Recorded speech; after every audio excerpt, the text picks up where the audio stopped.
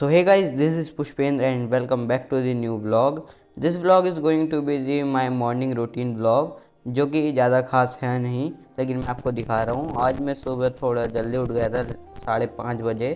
तो अब मैं क्या कर रहा हूँ, अब मैं सुबह थोड़ी जल्दी उठ गया था आज। वैसे मैं लगभग 6 बजे उठता हूँ, तो इस वजह से अब मैं रिवाइज़ कर रहा हूँ अपनी इंग्लिश को। एंड इंग्लिश में मैं रिवाइज़ कर रहा हूँ लेटर टू गॉड चैप्टर को। हमें समय समय पर रिवीजन भी करते रहना चाहिए।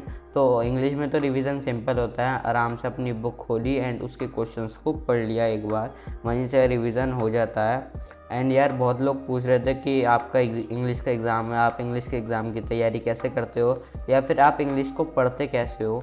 तो वो मैं आज तुम्हें बता देता हूँ। तो यार इंग्लिश में ना सबसे इम्पोर्टेंट चीज़ जो मुझे लगती है, जो काफ़ी ज़्यादा इम्पोर्टेंट है इंग्लिश के लिए, नहीं हर सब्जेक्ट के लिए, which is hand writing plus speed. English में ना पहले मेरा बहुत ज़्यादा पेपर छूट जाता था, लेकिन जब से मैंने अपना टाइम मैनेजमेंट सीखा एंड इंग्लिश में राइटिंग और स्पीड दोनों अच्छी करी, तब से मेरा पेपर छूटने से बच जाता है। और साथ में मतलब अपनी राइटिंग भी अच्छी आती है। तो मार्क्स बहुत जगह ऐसे होते हैं जहाँ कट रहे होते हैं, तो वहाँ भी बच जाते हैं। तो ऐसा करने से बहुत ज़्यादा मार्क्स बच जाते हैं। एंड जो स्ट्रेटजी रहती है मेरे एक चैप्टर को कंप्लीट करने की इंग्लिश में, वो ये रहती है, पहले मैं कोई समरी वीडियो देख लूँ यूट्यूब से, देन एनसीईआरटी को रीड कर लूँ और उसके एनसीईआरटी के जितने भी क्वेश्चंस होते हैं उन्हें कर लूँ।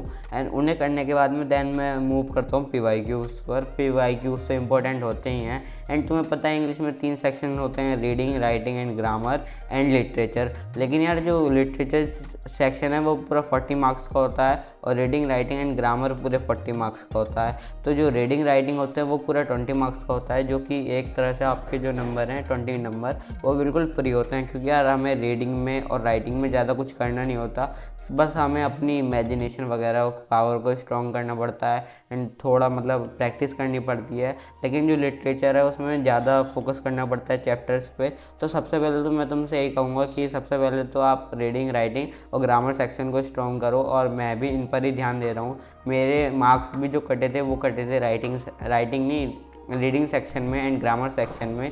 राइटिंग सेक्शन में भी मेरे मार्क्स सही थे, लेकिन रीडिंग एंड ग्रामर सेक्शन में मार्क्स कटे थे। तो अब मैं प्री बोर्ड्स में याद रखूँगा।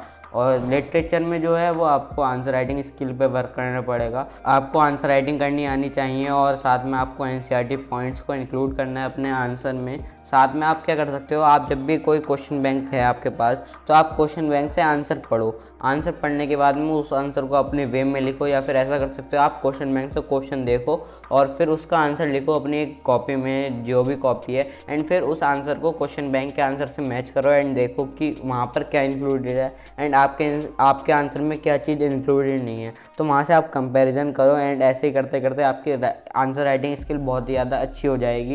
एंड लिख के आप चेक कर लिया करो। और एक मेथड और है जिसे मैं अपने प्री बोर्ड्स के टाइम पे, मतलब कि अपने एग्ज़ाम आने के टाइम पे, जब भी इंग्लिश का एग्ज़ाम आता है, जिसे यूज़ करता हूँ वो ये करता हूँ, जब भी इंग्लिश का एग्ज़ाम आता है ना, उससे 15 दिन पहले से मैं राइटिंग करना शुरू कर देता हूँ इंग्लिश की।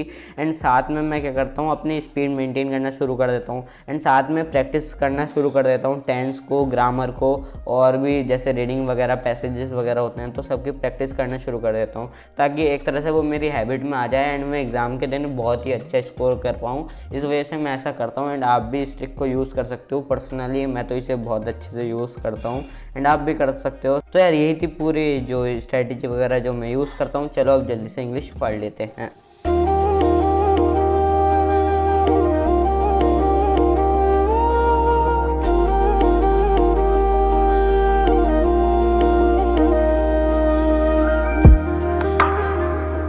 तो यार टाइम हो चुका है 6:30 एंड अब बारी अपने ब्रश करने की एंड फ्रेश होने की। तो जल्दी से चलो ब्रश कर लेते हैं एंड फ्रेश होते हैं, एंड फिर अपने स्कूल की ड्रेस के लिए तैयार होना है। तो अब मैं स्कूल की ड्रेस मतलब अपने आप को तैयार कर रहा हूँ, मतलब तैयार हो रहा हूँ, ड्रेस वगैरह पहन रहा हूँ स्कूल की। एंड अब तो ब्लेज़र भी पहनने हैं, एंड ब्लेज़र मैं अभी लेके आया था, मतलब एक ही बार पहना है मैंने स्कूल के लिए। तो अब अपना तैयार हो जाते हैं जल्दी से। एंड तैयार होने के बाद में फिर मैं लंच करूँगा, मतलब ब्रेकफास्ट करूँगा, सॉरी लंच नहीं, ब्रेकफास्ट करूँगा। एंड सुबह ब्रेकफास्ट करके ज़रूर जाना चाहिए, क्योंकि यार पहले मैं ब्रेकफास्ट करके नहीं जाता था सुबह। तो क्या होता था, मुझे ना नींद आने लगती थी क्लास में। तो उसके लिए मैंने कहीं पर देखा था, तो मुझे पता चला कि सुबह को ब्रेकफास्ट या फिर शुगर कंज्यूम ज़रूर करनी चाहिए। तो मैं ब्रेकफास्ट में चाय और पराठा वगैरह खा लेता हूँ। तो चलो अब स्कूल के लिए भी रेडी हो चुके हैं एंड स्कूल का बैग भी लगाना है। तो स्कूल के बैग के में मैंने अपनी सारी बुक्स कॉपीज़ वगैरह रखी एंड कॉपीज़ में ऐसा हो रहा है कि अब हमारे स्कूल में कॉपीज़ वगैरह चेक हो रही हैं, तो मैं वर्क भी कंप्लीट कर रहा हूँ। कुछ सब्जेक्ट में ऐसा है जैसे मेरा वर्क कंप्लीट नहीं है, वैसे सारे सब्जेक्ट में वर्क कंप्लीट है ऑलमोस्ट, बस कुछ में है कि वर्क कंप्लीट नहीं है और उन सब्जेक्ट में भी मतलब आज मैं वर्क कंप्लीट कर लूँगा अपना सारा। तो आज के इस व्लॉग में इतना ही था। आई होप कि आपको व्लॉग पसंद आया होगा। मिलते हैं किसी और नेक्स्ट व्लॉग में, तब तक के लिए बाय।